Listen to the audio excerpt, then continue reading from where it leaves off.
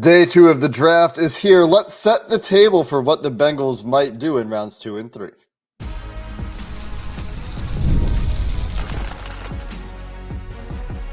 You are Locked On Bengals, your daily Cincinnati Bengals podcast.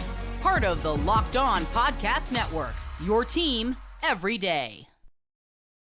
What up, Bengals fans, and welcome to a bonus episode of the Locked On Bengals podcast. I'm your host, Jake Lisco. He's your host, James Rapine. Before day 2, we want to get into what the Bengals might do on the Locked On Bengals podcast, part of the Locked On Podcast Network, covering your team every day on the Locked On Podcast Network on YouTube. I said Locked On Podcast Network twice, and everywhere you get your podcasts. And that's what happens when we do too many episodes a week, James. Today, we're going to take a look in a quick bonus episode as to what the Bengals might do on day 2 after picking Amarius Mims with their first-round pick. For our full reaction to the Amarius Mims pick, go find our most recent episode on YouTube or anywhere you get your podcasts and check that out for a full 30-plus minutes of discussion as to why that pick made sense for the Bengals, who they passed on, and what it means for the Bengals to finally have a guy like Mims in the building. But Johnny Newton screaming at me from the top of our big board, James, as trade up hopes are common for Bengals fans on Twitter. And unfortunately, in my opinion, that remains most likely fantasy land, but something that I think we at least discuss a little bit when we look at their day 2 options. Sure. And here's the price. It's if he falls to 40, 38, you're giving up 97. If you're trying to get up higher, you're probably giving up 80. Maybe you have to throw in a 6th or something like that. The good news is the Bengals have that. I don't think they trade up, Jake. And I don't think they trade up because I'm looking at this board, not because they don't like Johnny Newton, because I think we all agree they do like Johnny Newton. And if he's there at 49, he probably is the pick. But there are a lot of guys available.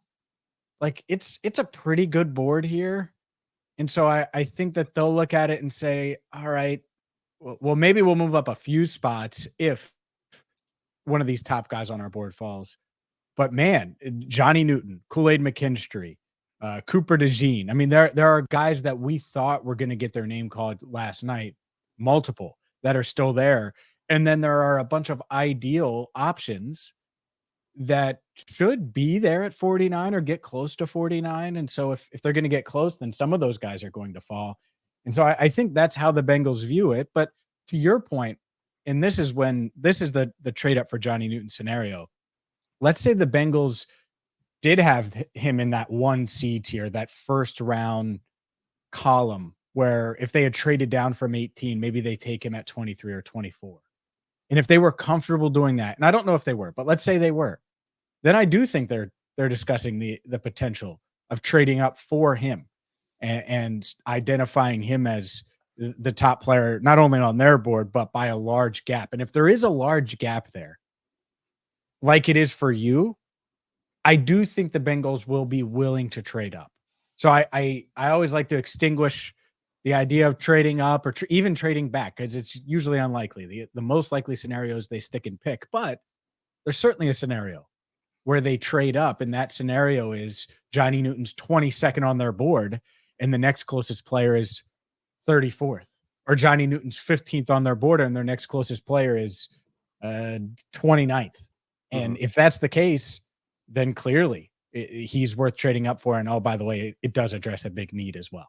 And if they stick and pick, there will be players, and we'll discuss the list that we would be happy with. But Johnny Newton, Kool-Aid McKinstry, Cooper DeJean, maybe even Jackson Powers-Johnson are in a tier of their own. And I think that maybe there's even 2 tiers there that goes Johnny Newton tier, Kool-Aid McKinstry, Cooper DeJean, Jackson Powers-Johnson. I think A.D. Mitchell maybe I would potentially throw in there too. I don't know how they feel about him, but and he might be gone as soon as the Bills get on the clock. But not for me personally. I'm talking about me personally. Sure. There's Johnny Newton tier, McKinstry, DeJean, JPJ tier, and then some guys that I think are true second round grades for me at that point. What we found out last night about Johnny Newton, and it was the vibe dating back to February. Obviously, things felt like it may have changed a little bit when he visited, but the NFL is just a little cooler on Johnny Newton than Twitter, certainly, and then a draft analyst out there, because there are plenty of them that have Johnny Newton as the top defensive tackle. So we saw that last night. And that could just be injury related, reacting to the late season Jones fracture that he played through, wasn't able to do a lot in the pre-draft process. We see players fall for this reason frequently, and sometimes those players turn out to be Jeff Simmons, who was still picked in the first round despite his injury and a more severe injury, and turned out to be a fantastic player. And if Newton gets into 5, 6 picks into the first round, and I'm the Bengals, I'm throwing all of my history out the window and finding a way to get up and get him. Do I think the Bengals are going to do that? No. But what I would do is explore future picks, explore this year's picks, explore pick swaps, try to find a way to go up and get it done. Because if you Sure. come out of this draft and manage to keep your 49th pick in the process, which is what I did in my Fantasyland PFF second and third round simulation late last night, trading future second and 80 to go up to like 38 or 39 when Newton was still there. I tried every single pick from 33. As long as Newton was available, I was trying to trade up. Sent the offer once to every team. Eventually got the offer accepted, 38, 39, whatever it was. And I was able to get Newton and keep 49. And then if you keep 49, you could pick from this realm of players we're about to discuss and break down. And if you don't like the options available to you there, maybe you can trade back and even recoup a late third to make up for what you just gave up in this year's draft to go up. And that's what I ended up doing in the simulator. Now we're getting into real fantasy land at that point. And I Oh, get you're in fantasy Candyland lane right now. I mean, this is an Eddie Murphy Christmas special right now. no Go ahead. doubt. And I acknowledge that, but you can get creative. And if there's ever a time to do it when you need to reload and stock up on starters, I think this is a great place and great year to do it, specifically on day 2, and use all those day 3 picks for all I care, and use them as you need to sweeten the pot and move around today, because today is where the last tier of really likely good starters are in this draft. Let's continue the conversation with a more realistic discussion of who might be available to the Bengals at pick 49 coming up next. Today's show is brought to you by LinkedIn. When you're hiring for your small business, you want to find quality professionals that are right for the role. So, hey, Zach Taylor, get the LinkedIn jobs right now so you can help evaluate exactly who you want to take at pick 49, exactly who you want to take at pick 80, exactly who you want to take at pick 97. Or in Jake's case, the reason why he's so high on Johnny Newton is because he went to LinkedIn jobs, he scouted Johnny Newton, and LinkedIn jobs helped him find the candidate he wanted. LinkedIn jobs can help you find the candidates you want on LinkedIn. 86% of small businesses get a qualified candidate within 24 hours. Hire professionals like a professional on LinkedIn. Post your job for free at linkedin.com/lockedonnfl. That's linkedin.com/lockedonnfl to post your job for free. Terms and conditions apply. Let's Real quick, Jake, players. I think that you're right. There are a lot of starters on today. It isn't just Johnny Newton, to be clear for people. Mm-hmm. And it wouldn't shock me, especially with the medicals. I wonder how close it is. I'm just going to get into one of the guys I think is near the top of the Bengals board at that same position. How close is Johnny Newton, medicals included, versus Chris Jenkins? I'm sure there's a gap, but I wonder how large that gap is. That would be a question for sure. A lot of other players we're going to talk about, but just that's the one for me that that I do wonder. Well, not just you. Our predictive mock was Amarius Mims, Chris Jenkins. So we could go 2 for 2 here if they stay at 49. Don't jinx it. Don't jinx it. Chris Jenkins is, in fact, the top of their board. And some people seem to think I predicted Fashanu to the Bengals. My only official prediction was the mock we did on Thursday night, to be clear. Jake, no one cares. Who are they getting to day 2? Day 2. The list of players goes Johnny Newton, Kool-Aid McKinstry, Cooper DeJean, Jackson Powers Johnson, as we've discussed, but then it continues. You mentioned A.D. Mitchell. Yes. And then in addition to those players who probably are picked long before 49, there's 16, 17 picks before the Bengals are on the clock at 49. You can start to talk about players like, 16. You can start to talk about players like Cooper Beebe, Troy Franklin, Ladd McConkey, Roger Rosengarten, Kingsley Suamataia. If they want to double down at offensive tackle, I would call that unlikely.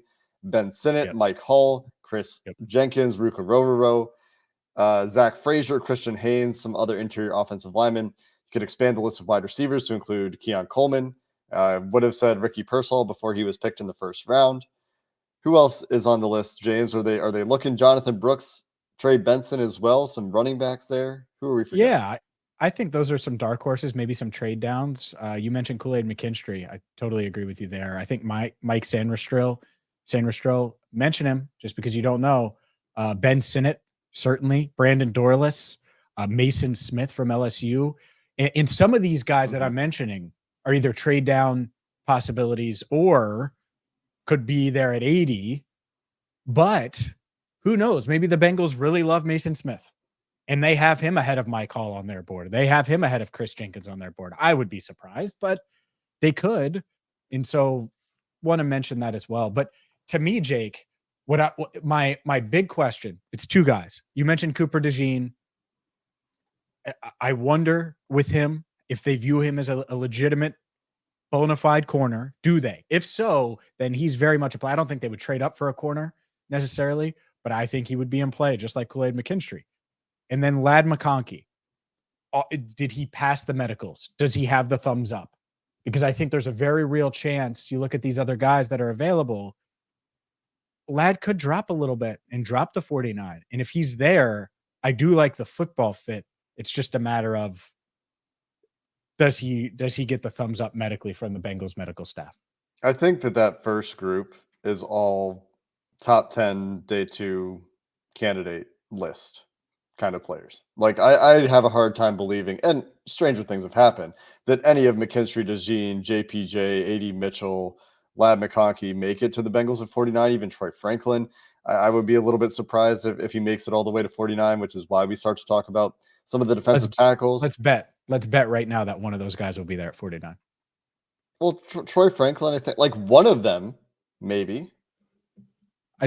Let's bet some ice cream on it next time you're in town. I mean, the guys I'm saying though, like that I would be specifically surprised about: McKinstry, DeJean, JPJ, McConkey. And I actually think JPJ might be the most likely, based on reports that teams were not impressed with him from a personality perspective and a maturity perspective that we're hearing. You know why he didn't go in the first round. Man, if you could get him at 49. Did you mention Zach Frazier, by the way? Yes, I think so. Okay. I meant I to. just want to make sure. Yeah. Obviously, another one. You did mention Christian Haynes for sure. Like that's the path. Is Frazier goes to the team that wants a center or guard. Maybe Cooper Beebe goes. And then you look up and suddenly Jackson Powers Johnson is there. And if he's there at 49, might be the top player on your board. And I don't think they're necessarily planning to go O-line, but I don't think they're completely against it. I think the plan today is to go some trio of wide receiver, defensive tackle, and corner. Now, interior offensive line could be in the mix. Running back could certainly be in the mix.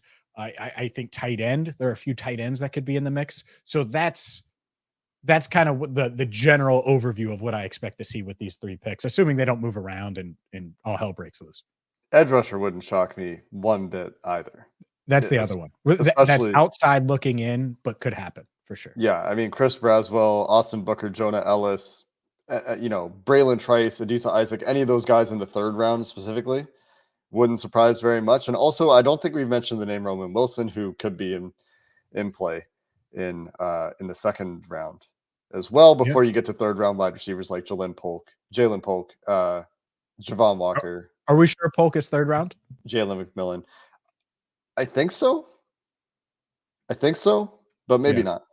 Yeah. Other guys that I just want to mention, Renardo Green, Florida State. I think it would be 80 or 97 for him. Malachi Corley certainly could be in the mix. Brendan Rice today. The Jonathan Brooks, Jalen Wright, those guys, obviously. Max Melton out of Rutgers.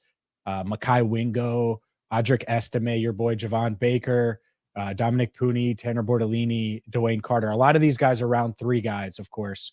And then a couple more. We haven't talked a lot about Cade Stover. I mentioned tight ends plural. I do wonder, not that I love it, but I do wonder if they would be in on him at late day 3, maybe at pick 97. And where does Jatavion Sanders end up going? If he's available at 80, Jatavion Sanders is a much more appealing pick than at 49. Sure. And Brandon Coleman, someone I'd pay attention to. And then I was thinking about it. If they don't get a receiver, and let's say there's a run, or maybe they just have these guys graded a little different. And I do know that they were at least open to Tank Dell last year. Are we sure they wouldn't be in on Malik Washington at 97? Like, are we sure? I know he's small, but I want to mention that because they're just I'm not sure. a little interesting. I think they would be open to it. He's a tank. Like Tank Dell, talk about strong, small wide receivers. I think they would absolutely be open to it. Okay. There we go. I thought you were shooting it down. I was like, I don't know, but I just think about it. I'm like, man, let's say they go with Chris Jenkins, or they trade up for Johnny Newton, and then they come back and they're looking there at 97, and Washington's just sitting there and clearly at the top of their board. We'll see. I wonder how they feel about Luke McCaffrey. I think he's more of a day 3 guy, but just another name I'll mention. Yeah. Again, I'm delving into day 3 a little bit from the consensus, but I do think that this is when it gets interesting because the grades are going to be more sporadic. But yeah, Washington 97.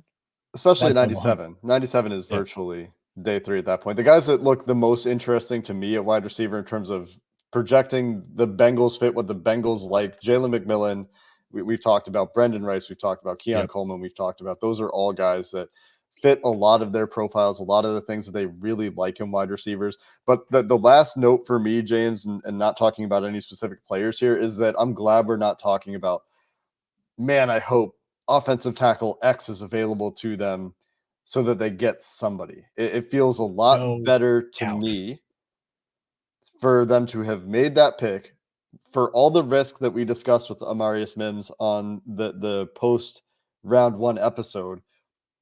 The fact that I'm not going into this second round thinking, are they going to pick Patrick Paul?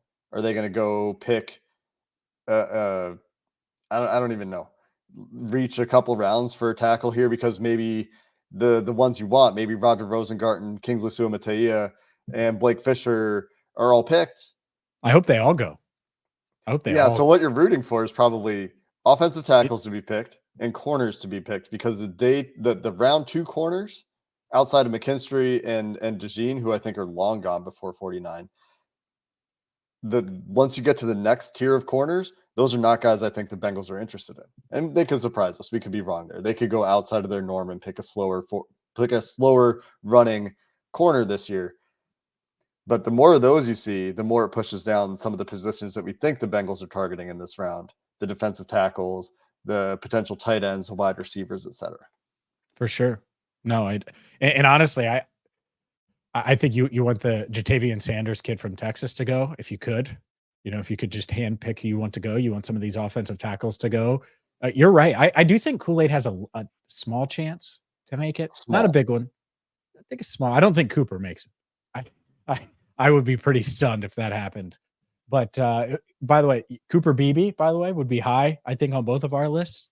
As someone sneaky, if he falls there to 49, would they go that route? Again, I don't think that's necessarily their plan coming in, but it could happen. And we are going to have you covered every step of the way. What do you got? I don't know if you said Braden Fisk's name at any point. Okay, great. Yeah. Good. Because he could very well, if he's there at 49, they're like, hey, disruptor, you're a Bengal. And what if they not that I think this is likely, and then we're gonna stop talking because we're getting into some pretty far reaches here. But I would be remiss if I didn't mention Edgerrin Cooper, who for some is the top linebacker in this draft. And if the Bengals are sitting there saying, man, he's our best linebacker in this draft, there's a gap between him and the next guy, and it's pick 49. We're not worried about the value here. It's the second round. If they think he's awesome, I'm just throwing out Edgerrin Cooper here, just in case. Wow. Look at you. You trying to make me mad. And with that, it's the CYA. Jake makes James. Yeah. No, I get it. I do. I get it. Troy Franklin's there. Jackson Powers Johnson's there. Kool-Aid McKinstry's there. And they're like, yeah, we're going linebacker. That is not the scenario where I think they would pick a linebacker, to be fair. We'll be back after the completion of day 2 with reactions, and we'll have some shorts perhaps for you after the round 2 pick, at least, as well, with some reactions shortly after the moment, wherever you get your podcasts and on YouTube. Until then, thanks for listening to this bonus episode of the Locked On Bengals podcast. Enjoy day 2, Who Day, and have a good one.